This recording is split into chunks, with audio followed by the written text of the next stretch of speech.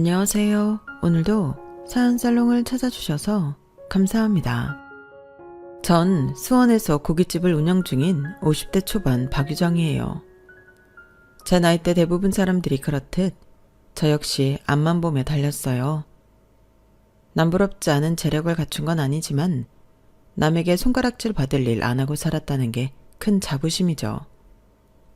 제가 운영하는 가게 하늘정원은 부모님께 물려받은 3대째 운영하는 곳이에요.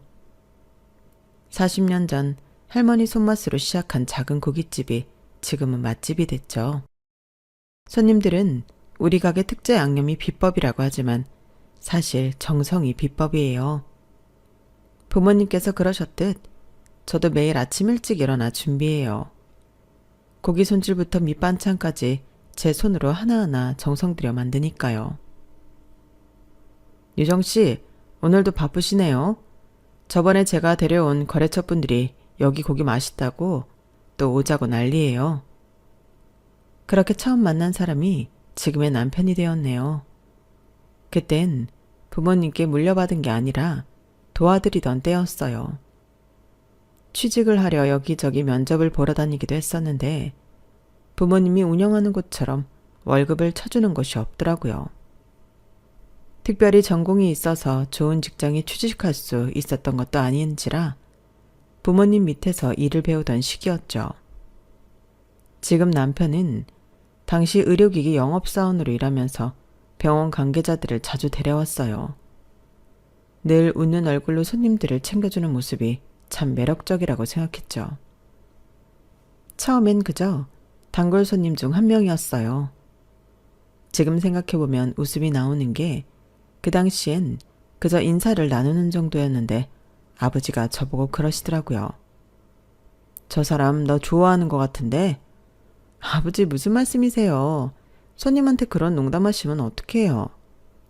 그땐 웃으며 넘겼는데 그 말을 들은 후론 그가 매번 오는 모습이 달리 보이기 시작했어요. 혹시 요즘 일이 잘 안 되는 건 아니시죠? 요즘은 거래처분들보다 혼자 오시는 횟수가 더 많아지신 것 같은데요. 그게 제가 여기 고기가 정말 맛있어서요. 눈을 마주치지 못하고 얼굴이 빨개지던 그 모습이 아직도 생생해요. 그땐 몰랐지만 나중에 고백받고 나서야 알았죠. 그가 우리 가게에 일주일에 3번씩 오던 이유가 고기 맛 때문만은 아니었다는 걸요. 사실 유정씨 보려고 온 거예요. 처음 봤을 때부터 마음에 들었거든요. 그때 어색하게 웃는 남편을 보는데 이 사람이라면 평생 살아도 괜찮을 것 같다는 생각이 들었어요. 잘생긴 얼굴도 아니고 호감형도 아닌데 말이에요. 키만 크고 덩치도 산만해서 생긴 건 꼭 산적 같은데 웃는 모습이 해맑은 아이처럼 보였거든요. 어디 가서 누구한테 나쁜 짓 안 하겠다는 생각에 연애를 시작했고 그렇게 결혼이 빠르게 진행됐어요. 연애 기간은 짧았지만 그만큼 알아갈 시간이 충분했어요. 의료기기 영업사원이라는 직업 특성상 병원을 돌아다니며 영업을 하는 일이다 보니 다양한 사람들을 만나는 직업이었죠. 그런데도 그는 항상 정직하게 일했어요. 병원 사람들이랑 술 마실 때 접대비 같은 거 많이 쓰시죠? 아니요. 전 실적은 좀 못 미칠 줄 몰라도 그런 식으로 일하긴 싫어요. 정 안 되면 다른 회사 가면 되죠. 이 말을 들었을 때 이 사람이구나 싶었어요. 서로 마음이 맞았고 부모님들도 반대할 이유가 없었으니까요. 시부모님은 정말 좋으신 분들이었어요. 특히 시어머님은 저를 친딸처럼 아껴주셨죠. 낯선 며느리 노릇에 버겁던 저를 늘 다독여 주셨어요.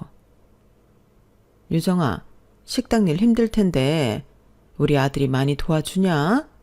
그 녀석 어릴 때부터 게을러서. 어머니 무슨 말씀이세요? 오빠가 얼마나 잘해주는데요. 걱정 마세요. 그래, 다행이구나. 유정아, 나 너무 며느리라 부르지 말고 딸이라고 불러도 될까? 딸 없이 아들만 둘 키웠더니 딸이 그렇게 그립더라고. 어머님은 정이 많은 분이었어요. 결혼식 날 친정어머니와 함께 손을 잡고 예쁘게 키운 딸 주셔서 감사하다며 울던 모습이 아직도 눈에 선해요. 시어머님이 어떤 분이냐고 묻는 친구들에게 전 항상 복받았다고 대답했어요. 그만큼 좋은 분이셨거든요. 그 따뜻한 말씀이 마지막이 될 줄 누가 알았겠어요. 결혼한 지 1년도 채 되지 않아 시부모님 두 분 모두 교통사고로 돌아가셨거든요. 여행 가시던 중에 빗길이 미끄러져 중앙선을 넘었는데 다가오는 차량과 부딪힐 걸 걱정하셨는지 급하게 꺾은 차량은 전봇대를 박았고 그대로 현장에서 말도 못할 슬픔이었어요. 장례식장은 비통함으로 가득했어요. 친척들은 물론이고 병원 관계자들, 동네 주민들까지 많은 분들이 오셨어요. 그만큼 두 분이 사람들에게 선하게 살았다는 증거겠죠. 그때 도련님은 고등학생이었어요. 열심히 공부하던 17살, 부모님을 한 번에, 그것도 갑자기 잃은 충격이 얼마나 컸을까요? 병원에서 만난 도련님은 한없이 작아 보였어요. 형수님, 이게 무슨 일이야? 머리카락을 흩날리며 달려온 도련님의 얼굴은 창백했어요. 눈물조차 나오지 않는 듯 했죠. 그저 멍하니 서 있는 모습이 지금도 눈에 선해요. 도련님은 그날 이후로 한동안 말이 없어졌어요. 학교를 가지 않겠다고 해서 한 달 정도 휴학을 했는데 그 시간이 도련님에게는 너무나 길게 느껴졌나 봐요. 방에서 나오지도 않고 밥도 거의 먹지 않았으니까요. 어느 날 아침 도련님이 갑자기 교복을 입고 나왔어요. 형수님, 저 학교 갈게요. 그 말 한마디에 우리는 얼마나 안도했는지 몰라요. 그날부터 도련님은 더 열심히 공부했어요. 마치 부모님이 보고 계신다는 듯이요. 지석아, 우리가 있잖아. 형이랑 형수가 있어. 괜찮을 거야. 그날부터 우리는 그를 책임지는 부모가 됐어요. 저와 남편은 30대 초반으로 결혼해서 아직 자식도 없는데 갑자기 부모 역할을 맡게 된 거죠. 결코 쉬운 일은 아니었어요. 사춘기 소년이 갑자기 부모를 잃은 상태에서 형과 형수의 말을 다 들어줄 리 없잖아요. 때로는 반항도 했고 가끔은 밤새 안 들어오기도 했어요. 하지만 우리는 끝까지 도련님을 믿고 기다렸어요. 그게 부모의 역할이라고 생각했으니까요. 도련님은 방황하는 것 같더니 어느 순간 학업에 매진하더군요. 마치 그것만이 자신의 존재의 이유인 것처럼요. 우리가 걱정될 정도로 자신을 몰아붙이는 모습이 안쓰러웠어요. 지석아, 이제 좀 쉬지 그래. 며칠째 제대로 잠도 안 자고. 괜찮아요. 공부해야 돼요. 부모님이 바라셨던 대로 좋은 의사가 되려면 더 열심히 해야죠. 사실 시부모님이 도련님이 의사가 되길 바라셨다는 말은 들어본 적 없어요. 그저 도련님이 자기 스스로 목표를 세우고 그것을 향해 달려가는 것 같았죠. 어쩌면 부모님이 갑자기 돌아가신 일이 도련님에게는 충격과 동시에 삶의 목표를 확고히 하는 계기가 된 건지도 몰라요. 내가 의사였다면 부모님을 살릴 수 있었을까라는 생각이 그의 마음 깊은 곳에 자리 잡은 것처럼요. 그렇게 세월이 흘렀어요. 도련님은 우수한 성적으로 대학교에 입학하고 졸업 후 인턴, 레지던트를 거쳐 유명 대학병원 외과 의사가 됐죠. 그렇게 시간이 흐르는 동안 저희 부부는 아이를 낳지 못했어요. 병원도 다녀봤지만 여러 이유가 있었죠. 처음엔 서운했지만 나중엔 도련님이 우리의 아들이라는 생각으로 위안을 삼았어요. 그래서 더 도련님에게 모든 정성을 쏟았는지도 몰라요. 지석아, 이제 나이도 적지 않은데 결혼은 언제 할 거니? 형, 그런 말 자꾸 하지 마세요. 저 아직 교수 되기 전엔 생각 없다고 했잖아요. 결혼 얘기만 나오면 토라지던 도련님이었어요. 저와 남편은 속으로 얼마나 걱정했는지 몰라요. 나이 30 넘어 40이 다 되어가는데도 연애 한번 제대로 안 하는 것 같더라고요. 가끔 소개팅도 시켜봤지만 번번이 실패했죠. 유정아, 지석이 걱정돼. 벌써 39인데 아직도 저러고 있어. 나도 그래. 근데 우리가 뭐라고 해도 소용없을 것 같아. 부모가 아니니까 자칫 잔소리로 들릴 수도 있고. 저희는 가슴 졸이며 지켜볼 수밖에 없었어요. 가끔 우리가 부모 노릇을 제대로 못해서 그런가? 부모님이 살아계셨다면 더 잘 설득하셨을까 하는 생각이 들 때도 있었어요. 그래도 도련님이 자기 길을 열심히 가는 모습이 대견하고 자랑스러웠어요. 그런데 어느 날 갑자기 도련님이 전화를 했어요.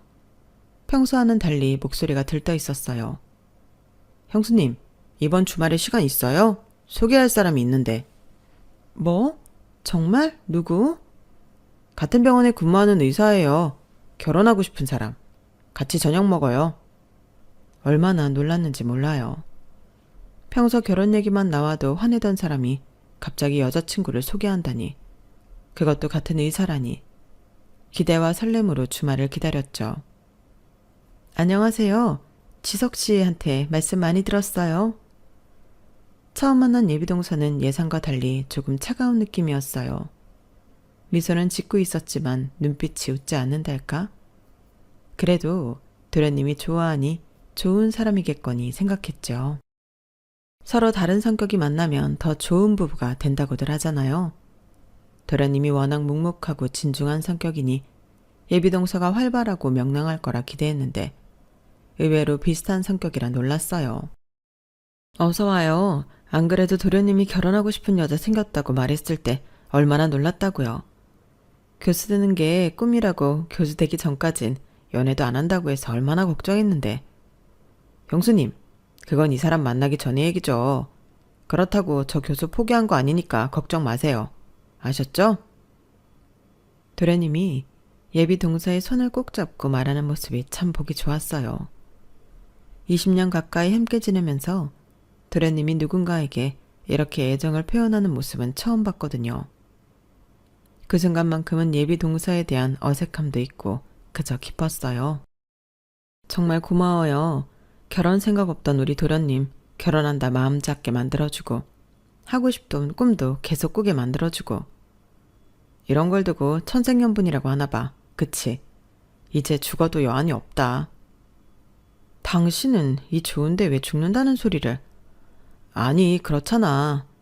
부모님 사고로 돌아가시면서 막내 눈에 밟혔을 텐데 지 좋은 공부한다는 걸 우리가 막지 못하니 결혼하라고 독촉도 못하고. 당신한테 말은 안 했지만 내가 얼마나 마음 졸였다고. 그런데 이렇게 근사한 재수씨를 데리고 오다니 난 정말 오늘 죽어도 여한이 없어. 저희는 정말 기뻤어요. 드디어 도련님이 가정을 꾸릴 수 있다는 생각이에요. 하지만 예비동서는 어딘지 모르게 계속 자리에서 불안해 보였어요. 도련님이 화장실에 간 사이 저는 예비동서와 조금이라도 더 친해지고 싶어 말을 걸었어요. 아, 미안해요. 사람 불러놓고 너무 우리끼리만 얘기했죠? 혹시 불편해요? 네? 아니요. 아까부터 자꾸 두리번거리길래 혹시 화장실 가고 싶어서 그래요? 여자 화장실은 저쪽이에요. 네? 아니에요. 괜찮아요.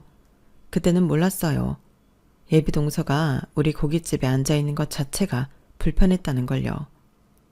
나중에 생각해보니 처음부터 신호가 있었던 거죠. 고기를 별로 먹지 않는다던가 자꾸 창문 쪽을 보며 환기가 잘 되는지 묻는다든가. 하지만 그때 그전 자리가 자리인 만큼 긴장돼서 그럴 거라고 생각했을 뿐이었어요. 그런데 같이 지내보니 저처럼 남들에게 피해 안 주고 사는 걸 당연하게 생각하는 사람만 있지 않다는 걸 새삼 알게 되었네요. 장사하는 사람이 설마 나이 50 넘어 그걸 처음 알았냐고 하실 수 있지만 손님으로 만나는 것과 가족으로 만나는 건 전혀 다르다고 미리 말하고 싶은 심정이에요. 어릴 때부터 고깃집 운영하는 부모님 밑에서 자라 술 드시고 실수하시는 분들. 아니, 맨정신에도 뭐 하나라도 더 서비스 받으시려는 분들 보면서 세상이 호락호락하지 않다는 걸 왜 몰랐겠어요? 그래도 그건 남이니까 그럴 수 있다고 생각했던 것 같아요. 가족은, 주변 지인은, 친구는 내가 원해서 나와 결이 맞는 사람들과 어울리니까요. 그런데 한 치 건너 두 치라고 남편과 서방님, 아니 정확히 동서는 또 다른 가족이 아닌 가족이더라고요. 설마 했는데 한번 제대로 뒤통수 맞고 나니까 이건 인간이 아니구나 확실하게 깨달았죠. 지금 생각해도 어이가 없어요. 배울 만큼 배운 사람이 어찌 그리도 철이 없는지. 처음부터 그런 사람이었는데 어쩌면 저는 가족이라는 테두리에 쌓여 잘못 본 거라고 생각하고 싶었는지 모르겠네요. 도련님과 예비동서의 결혼식은 예상보다 빨리 진행됐어요. 만남을 가진 지 반년 만에 서둘러 결혼을 하더라고요. 그때만 해도 저는 행복했어요. 시부모님 일을 겪고 나서 한참 힘들었던 도련님이 제 발로 가정을 꾸리고 행복해하는 모습을 보니 정말 다행이라고 생각했거든요. 그동안 형수 노릇을 넘어 엄마 노릇까지 겸하면서 키운 도련님이 이제 제 손을 떠나 새로운 가정을 꾸린다는 게 시원섭섭하기도 했지만요. 결혼식 날 사람들은 신부 쪽이 많이 왔다고 했어요. 그도 그럴 것이 동서와 동선의 부모님이 의사이다 보니 대학병원 원장님부터 의사협회 회장님까지 제가 봐도 내노라 하는 분들이 많이 오셨더라고요. 저는 약간 긴장되기도 했지만 그래도 도련님이 좋은 가문에 들어간다는 생각에 기뻤어요. 형수님, 사진 찍으러 오세요. 가족 사진이요.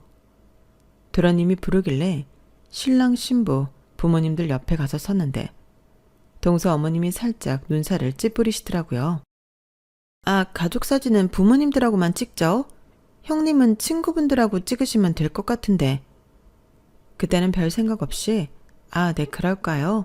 하고 물러났는데 지금 생각해보면 그때부터 미묘한 신호가 있었던 거예요. 저와 남편은 도련님에게 부모 역할을 해왔는데 결혼식에서는 진짜 가족이 아니라는 느낌을 받았달까요? 아무튼 결혼식은 잘 마쳤고 신혼여행까지 다녀온 두 사람은 서울 강남에 신혼집을 차렸어요. 의사부부다 보니 병원과 가까운 곳으로 정했다고 하더라고요.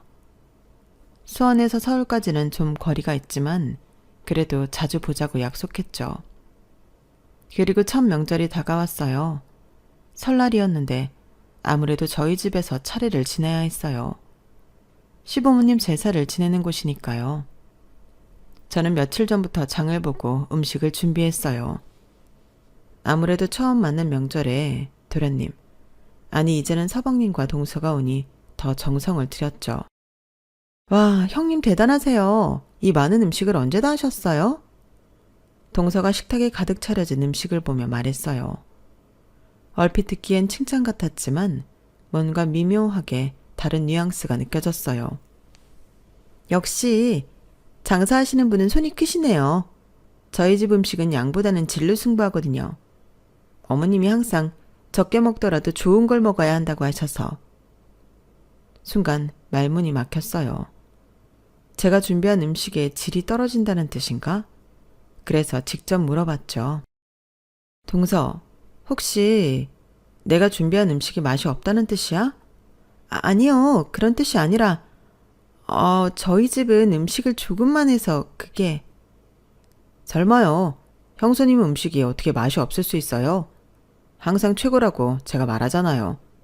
그리고 형수님이 싸주시는 반찬 덕분에 제가 얼마나 잘 먹는데요. 이 사람이 입이 짧아서 많이 못 먹거든요. 그래서 그럴 거예요. 이거 많이 한 거 아니야. 거의 내가 다 싸갈 거야. 서방님이 재빨리 끼어들었어요. 분위기가 싸해질 뻔했지만 서방님 덕에 넘어가게 되었죠. 하지만 저는 미묘하게 기분이 상하더라고요. 그런데 마음에 안 두기로 했어요.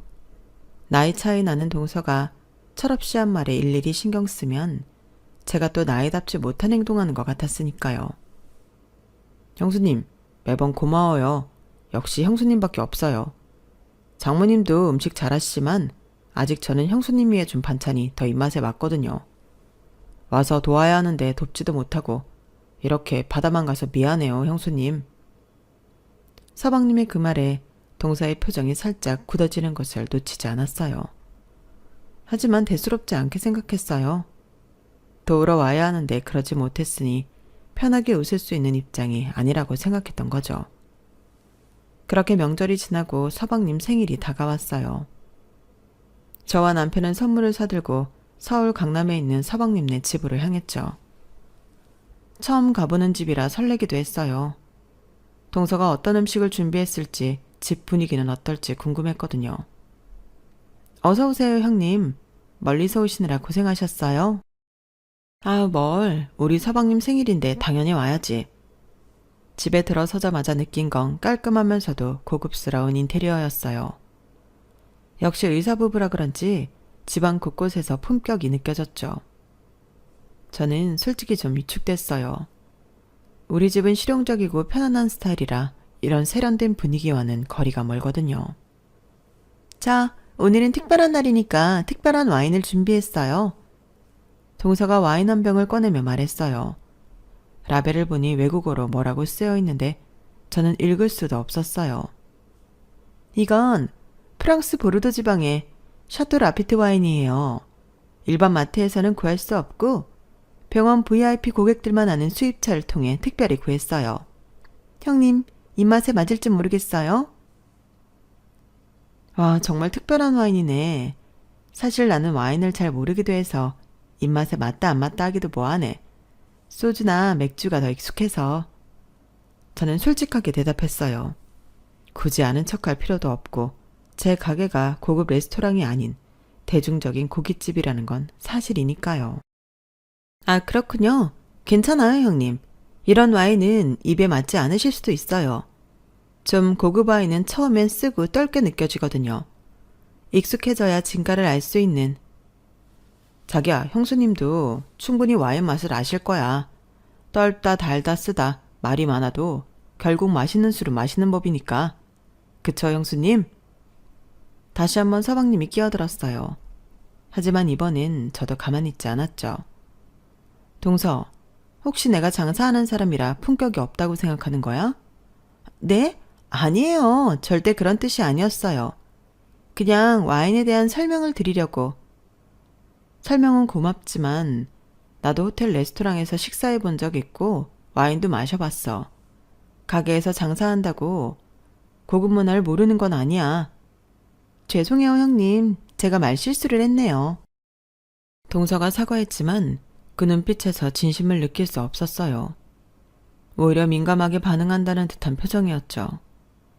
그날 저녁은 묘하게 어색한 분위기 속에서 끝났어요. 집으로 돌아오는 길에 남편에게 물었죠. 여보, 나 오늘 너무 예민하게 굴었을까? 아니, 당신 말이 맞아. 재수 씨가 은근히 사람 이상하게 만드는 재주가 있는 것 같아. 나도 듣는데 기분이 묘하더라고. 우린 장사하니까 비싼 술 먹어도 모른다는 거야, 뭐야. 잘했어. 내가 속이 다 시원하더라고. 그치, 나만 그렇게 느낀 게 아니었네. 그 후로 서방님네와 몇 번 더 만났는데 그때마다 동서의 미묘한 태도가 느껴졌어요. 특히 가족여행 얘기가 나왔을 때였죠. 형수님, 다음 달에 가족여행 어떠세요? 제주도 3박 4일로 생각 중인데. 서방님이 제안했어요. 저는 당연히 좋다고 했죠. 오랜만에 가족여행이라니. 생각만 해도 즐거웠으니까요. 저희가 슬슬 스케줄 정해지는 대로 알려드릴게요. 가게야 며칠 문 닫으면 되지만 저희 일정은 다른 의사야 맞춰야 해서요. 동서의 말이 미묘하게 들렸어요. 마치 장사는 하루 이틀 쉬어도 아무렇지 않지만 의사는 하루 쉬려 해도 수술이나 환자 스케줄을 고려해야 해서 상당히 힘들다는 뉘앙스로 무시하는 것 같았거든요. 그래, 동서나 서방님 수술이나 환자 일정 봐야겠지. 힘든 거 알아. 그런데 나도 마찬가지야. 장사가 손님과 약속인데 아무 말 없이 하루 이틀 문 닫으면 단골 손님 다 잃는 거야. 일정 잡히는 대로 말해줘. 되도록 주말은 피해줬으면 좋겠어. 이왕이면 금요일보단 월요일 쉬는 게 더 좋고. 주방장한테 맡기고 가더라도 손님 많은 날은 내가 있어야 마음이 편하거든. 아, 네, 그렇군요. 일정 잡히는 대로 알려드릴게요. 하루 이틀 문 닫는다고 큰일 날 줄 몰랐네요. 그날 이후로 여행 계획은 흐지부지 됐어요. 서방님은 계속 연락했지만 동서는 점점 저희와 거리를 두는 것 같더군요. 어쩌면 제가 너무 직설적으로 말해서 기분이 상했을지도 모르겠다는 생각도 들었죠. 여보, 내가 너무 심했나 동서한테? 아니야, 당신이 할 말은 했지. 사실이잖아. 누가 놀러 간다고 장사하면서 마음대로 문을 닫아. 당신 여행 가고 싶어서 그래? 우리 둘이 어디 가까운 데라도 다녀올까? 남편의 말에 위안을 얻었어요. 하지만 한편으론 마음이 불편하더라고요. 일정 말해주면 주방장한테 말하고 시던가 안 된다고 그때 말하던지 하면 되는데 괜히 유치하게 굴었나 싶은 그런 마음 있잖아요. 나이 차이 얼마 안 나는 동서지간이었거나 부모님을 대신하는 형님이 아니었다면 차라리 마음이 편했을 것 같아요. 상황이 상황인지라 저 역시 애매한 상황이 되면 참지 못하고 할 말 해놓고 시간이 지나면 괜한 소리 했나 싶은 고민에 빠지게 되더라고요. 그렇게 또 몇 달이 지났어요. 서방님네와의 관계는 겉으로는 무난했지만 속으로는 늘 어색함이 있었죠. 그렇게 서방님과 동서는 의사부부로 새 삶을 시작했고 저는 그들을 응원하는 마음으로 지켜봤어요. 항상 그랬듯이 힘든 일이 있으면 연락하라고 했죠. 서방님은 종종 전화해서 안부를 물었지만 동서는 거의 연락이 없었어요. 그저 명절이나 집안 행사 때 얼굴을 비추는 정도였죠. 지난주 서방님에게서 좋은 소식을 들었어요. 오랫동안 준비해온 교수 자리에 최종 제안을 받았다는 거였죠. 얼마나 기뻤는지 몰라요. 서방님의 목소리에서 설렘이 느껴졌고 저 역시 가슴이 벅차올랐어요. 어린 시절부터 꿈꿔온 교수 자리, 그것도 명문 대학병원에서 말이죠. 시부모님이 살아계셨다면 얼마나 자랑스러워 하셨을까요? 형수님, 이 모든 게 형수님 덕분이에요. 부모님 돌아가시고 형수님이 없었다면 제가 지금 이 자리에 있을 수 없었을 거예요. 무슨 소리예요? 서방님이 스스로 이뤄낸 거죠. 열심히 공부하고 노력한 결과잖아요. 아니에요, 형수님. 정말로요. 형님과 형수님이 제 부모님 역할을 해주셨기 때문에 가능했어요. 특히 형수님은 정말 친어머니처럼 저를 보살펴 주셨잖아요. 그 말을 듣는데 눈물이 났어요. 부모님의 빈자리를 채워준다는 게 얼마나 어려운 일인지 또 얼마나 보람된 일인지 새삼 깨달았죠. 고맙단 말 드리려고 했던 건 아니지만 남편 말처럼 먼 훗날 시부모님을 다시 만난다면 부끄럽지 않겠다는 생각에 정말 뿌듯했어요. 그렇게 며칠이 지났을까? 평범한 화요일 오후였어요. 주방에서 저녁 준비를 하는데 갑자기 전화가 왔어요. 동서였죠. 솔직히 좀 놀랐어요. 동서가 먼저 전화를 한 적이 거의 없었거든요. 형님, 안녕하세요. 오랜만이에요. 동서의 목소리는 평소보다 한 톤 높았어요. 뭔가 들뜬 것 같았죠. 저는 수화기를 귀에 대고 손을 씻으며 대답했어요. 그래, 오랜만이네. 무슨 일 있어? 서방님 교수 제의 축하해. 서방님한테 들었어. 아, 벌써 들으셨군요? 네, 정말 기쁜 일이죠. 오빠가 얼마나 좋아하는지 몰라요. 동서의 목소리에서 진짜 기쁨이 느껴졌어요.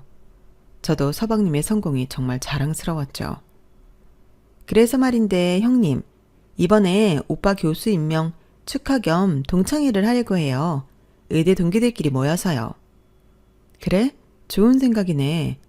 그런데 형님, 사실 부탁드릴 게 있어서요. 부탁? 뭔데? 말해봐.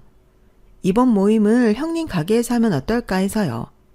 제가 생각해봤는데 오빠 교수 임명 축하 자리니까 다른 곳보다 오빠랑 연관 있는 데서 하면 어떨까 싶어서요. 게다가 형님에게 도움도 되고 좋을 것 같은데 어떠세요? 갑자기 동서가 이런 말을 하니 의외였어요. 그동안 우리 가게에 대해 별로 관심을 보이지 않았던 사람인데 말이죠. 하지만 한편으론 서방님을 위해 노력하는 모습이 보기 좋다고 생각했어요. 모임이 언제인데? 다음 주 토요일 저녁 6시요. 의대 동창들이라 50명 정도 될 것 같아요. 장소는 충분하겠죠? 순간 머릿속이 복잡해졌어요. 주말은 항상 손님이 가장 많은 날이라 예약을 받지 않는 날이었거든요. 특히 저녁 시간대는 자리가 없어 돌려보내는 손님도 많을 정도였으니까요. 게다가 50명이라 그건 거의 가게 전체를 비워야 하는 수준이었어요. 미안한데 주말이면 좀 어려울 것 같아. 단골 손님이 많은 편이라 누군 예약 주고 누군 안 해주면 말들이 많아서 주말에는 원래 예약을 안 받거든. 평일로 바꿀 수는 없을까? 그게 다들 의사다 보니 평일에는 모이기 힘들어요. 주말 아니면 거의 불가능해요. 형님, 한 번만 특별히 봐주시면 안 될까요? 다른 날도 아니고 오빠 교수직 축하로 동기들이 모이자는 건데 어떻게 안 되나요? 일반 모임도 아니고 서방님 승진 축하를 위해 모인다는 말을 들으니 망설여지더라고요. 돕고 싶은 마음도 컸죠. 글쎄, 그날 오시는 손님한테 죄송한데 멀리서 일부러 주말에만 오시는 분들도 계신데 정말 죄송해요, 형님. 제가 너무 큰 부탁을 드리는 거죠. 저는 형님이 오빠한테 잘해주셔서 그런 건데 형님이 곤란하시면 어쩔 수 없죠. 친구들 모인 자리에서 형님 덕분이라고 감사 인사도 드리고 싶었는데. 동서의 말의 순간 무슨 의미가 있나 싶었지만 진심으로 서방님을 축하하고 싶은 마음이 컸어요. 그리고 형님으로서 동서와의 관계도 좀 더 가까워질 수 있는 기회라 생각했죠. 알았어. 어차피 서방님 좋은 일인데 그날은 예약을 받지 않을게. 날짜랑 시간 정확히 알려줘. 정말요? 형님 정말 감사합니다. 다음 주 토요일 저녁 6시에 시작하려고 해요. 50명 정도 될 것 같아요. 그래, 알았어. 다른 손님들에게 미리 공지하고 준비할게. 특별한 메뉴가 필요하면 미리 말해줘. 네, 형님이 잘해주시는 소고기 특선으로 준비해주시면 돼요. 고마워요, 형님. 형님네 고기 맛있으니까 다들 좋아할 거예요. 그래, 생각해줘서 고마워. 토요일 날 보자. 네, 형님 들어가세요. 전화를 끊고 나서 바로 주방장과 직원들을 불러 모았어요. 다음 주 토요일 저녁 예약 상황을 설명하고 특별 메뉴와 추가 인력 필요성에 대해 의논했어요. 토요일은 원래 예약을 받지 않는 날이라 직원들도 조금 당황했지만 가족 일이라고 하니 다들 이해했죠. 그날부터 준비가 시작됐어요. 50명을 위한 고급 소고기를 미리 주문하고 특별 메뉴를 구상하고 그날 필요한 직원들을 추가로 고용했어요. 한 번에 많은 인원을 챙기려면 일손이 부족할 것 같았거든요. 모자르지 않게 넉넉하게 주려면 평소보다 더 많은 식재료를 준비해야 했고 가게 구조도 50명이 함께 앉을 수 있도록 재배치했죠. 생각보다 일이 많았어요. 그래도 서방님을 위한 일이니 즐거운 마음으로 준비했네요. 모임 전날 특별 메뉴를 미리 체크하고 준비하느라 하루 종일 바빴어요. 장사까지 병행하면서 준비해야 했으니 더 정신없었죠. 그런데 저녁 장사를 시작할 무렵 동서에게서 전화가 왔어요. 형님, 저예요. 동서. 걱정돼서 전화한 거야? 차질 없이 준비하고 있으니까 걱정할 거 없어. 소고기도 제일 좋은 걸로 준비했어. 특 A급이라 원래 가격보다 더 받아야 하지만 특별히 동서 동기를 위해 내가 준비했으니 맛있게 먹어만 주면 돼. 그러셨어요? 그런데 죄송해서 어쩌죠? 죄송하다니 뭐가? 동서의 목소리가 어색했어요. 왠지 불길한 예감이 들었죠. 그게 장소가 바뀌었어요. 횟집으로요. 순간 귀를 의심했어요. 하루 전에 갑자기 장소를 바꿨다고? 이미 모든 준비가 끝난 시점에? 뭐라고? 무슨 말이야 그게? 정말 죄송해요 형님. 친구들이랑 얘기하다 보니 아무래도 고기 냄새가 옷에 배인다고 다들 왜 그런 데 잡았냐고 핀잔을 줘서요.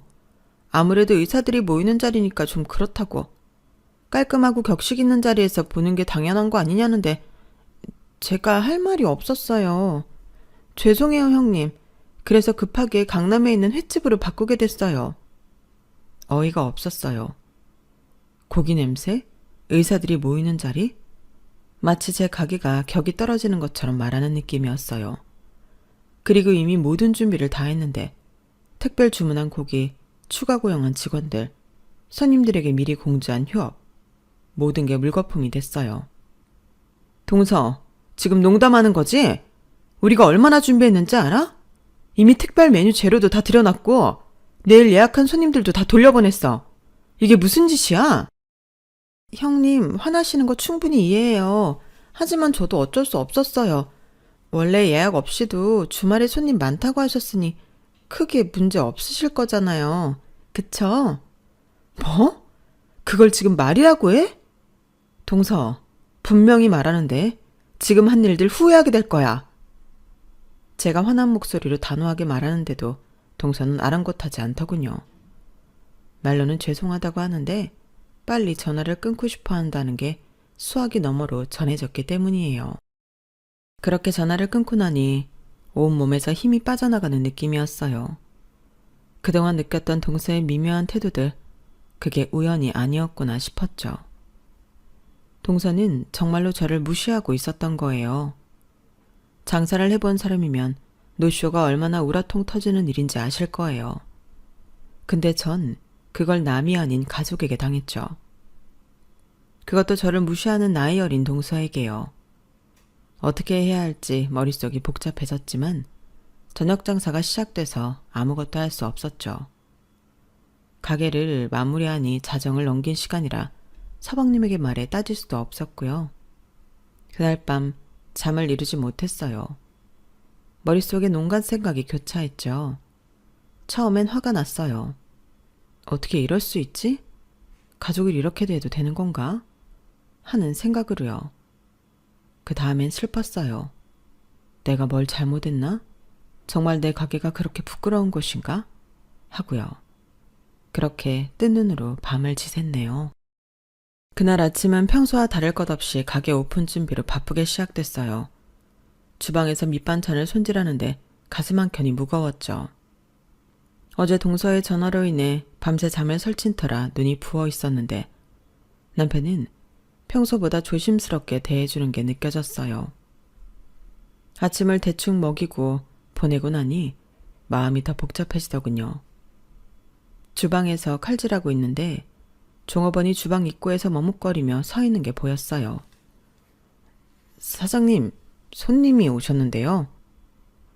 지금 장사 준비 중이라 손님 응대하기 어렵다고 말해줘.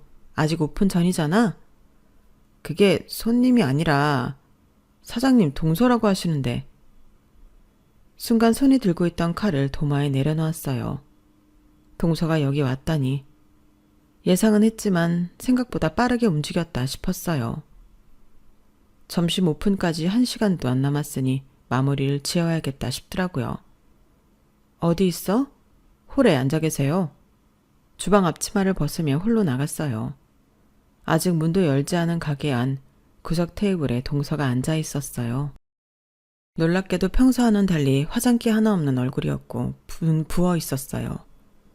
그 모습에 순간 당황스러웠지만 어제 일을 생각하니 냉정하게 말이 나가더라고요. 가까이 다가가 동서 앞 테이블에 섰어요. 앉으려는 생각도 없었죠. 무슨 일이야? 난 지금 장사 준비 중이야. 차갑게 말했어요. 더 이상 친절하게 대할 이유가 없다고 생각했으니까요. 형님, 정말 죄송합니다. 동서는 떨리는 목소리로 말했어요. 하지만 저는 표정 하나 바꾸지 않았죠. 곧 점심 손님들이 오실 시간이야. 할 말 있으면 빨리 하고 가. 형님, 제가 어제 정말 잘못했어요. 제 생각이 짧았어요. 그래서 형님이 준비하신 모든 비용 계산하려고 왔어요. 동서는 떨리는 손으로 지갑에서 카드를 꺼냈어요. 마치 이 자리를 빨리 벗어나고 싶은 듯한 표정이었죠. 좋은 소고기 준비하셨다고 하셨잖아요. 원래 가격보다 비싸다고 하셨으니까 그거 다 포함해서 계산할게요. 얼마예요? 그 말을 듣는 순간 더 화가 났어요. 마치 돈만 주면 모든 게 해결된다는 태도 같았거든요. 동서, 돈 문제가 아니잖아. 그래도 먹지도 않는 음식값을 왜 내려고 해? 그만하고 돌아가. 이러다 영업방해로 신고할 수도 있어. 주방에서 직원들이 힐끔힐끔 이쪽을 쳐다보는 게 느껴졌어요. 하지만 그냥 무시했죠. 형님 제발요. 이것만이라도 해결하고 가게 해주세요. 해결? 뭘 해결한다는 거야? 돈이면 다 되는 거야? 정말 그렇게 생각해? 그때 동서가 갑자기 자리에서 일어나더니 제 앞에 무릎을 꿇었어요. 식당 바닥에 말이죠. 저는 순간 너무 황당해 말을 잇지 못했어요. 형님, 살려주세요. 제발요. 동서의 행동에 주변이 순식간에 조용해졌어요. 주방 직원들도 홀 청소하던 아르바이트생도 모두 멈춰 서서 우리를 쳐다봤죠. 뭐? 무슨 말을 하는 거야? 일어나. 사람들이 다 보고 있잖아. 내가 뭐라고 동서를 살리고 말고 한다고 그래? 사람 살리는 건 의사인 동서가 잘하는 거 아니었어? 오빠가 형님께 사과하고 용서받지 않으면 이혼하겠다고 했어요. 제발 형님, 저 좀 용서해 주세요. 동서가 찾아온 이유를 이실직고 하자 아침 일이 떠올랐죠. 새벽녘에 서방님에게 문자로 동서 모르게 가게로 오라고 했던 일이요. 서방님은 이른 새벽부터 문자를 보내는 저에게 당황하셨는지 단 20분 만에 가게에 도착하더군요. 아직 문도 열지 않은 가게 안으로 들어선 서방님의 얼굴엔 걱정이 가득했죠. 형수님, 무슨 일 있으세요? 한 번도 이러신 적 없는데 말씀하신 대로 말 안 하고 나왔어요. 왜요? 그 사람 알면 안 되는 무슨 일이라도 있는 거예요? 형한테 무슨 일 생겼어요? 저는 곧장 본론으로 들어갔어요. 더 이상 이 상황을 끌고 가기 싫었으니까요.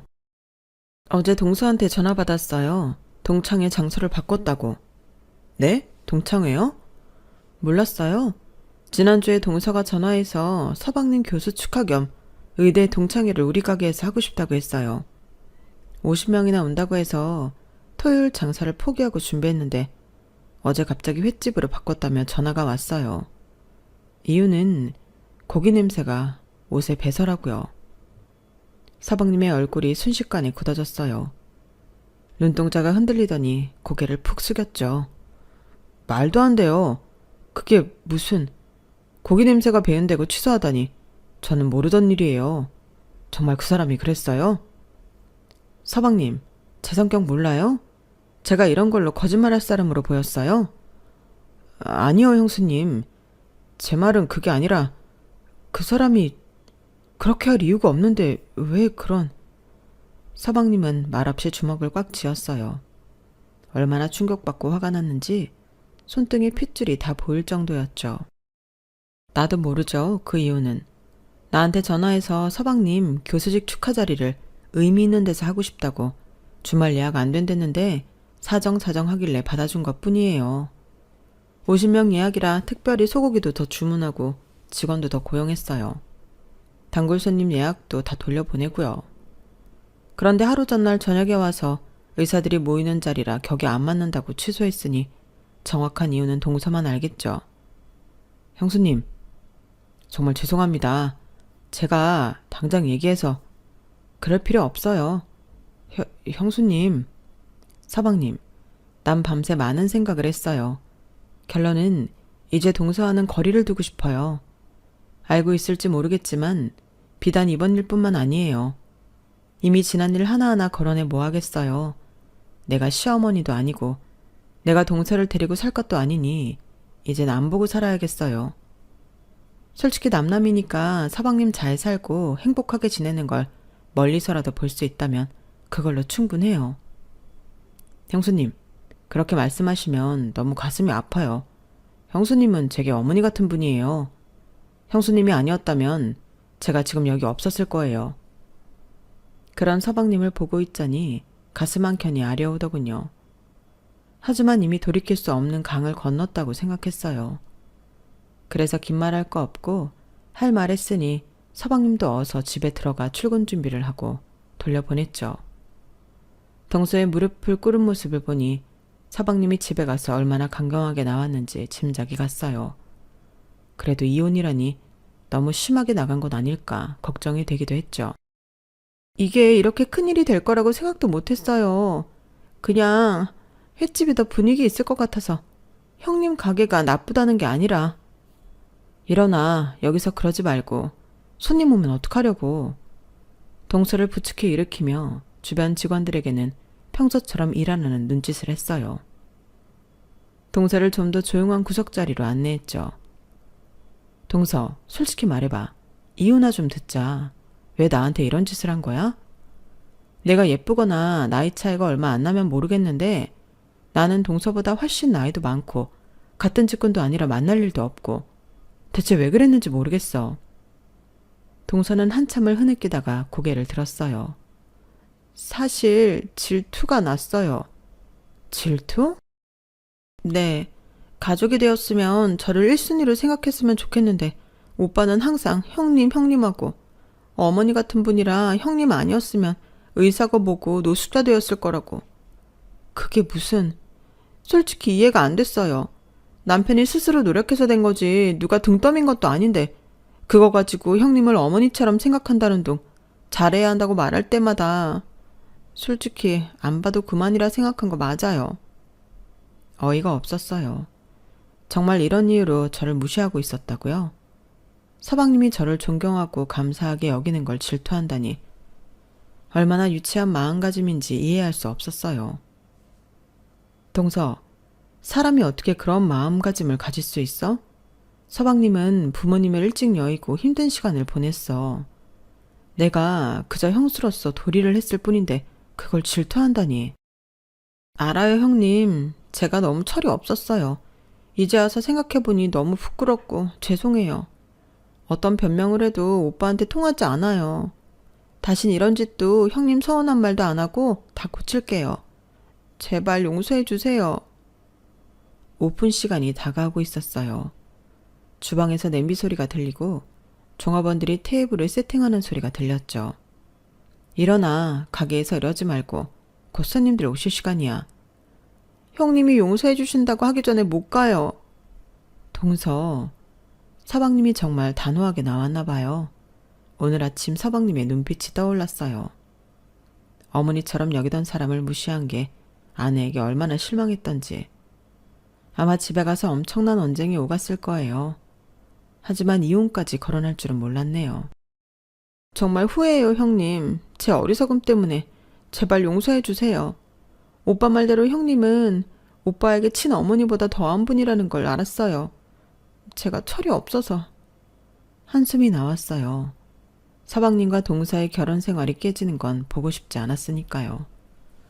아무리 실망했어도 이혼까지 가는 건 원치 않았어요.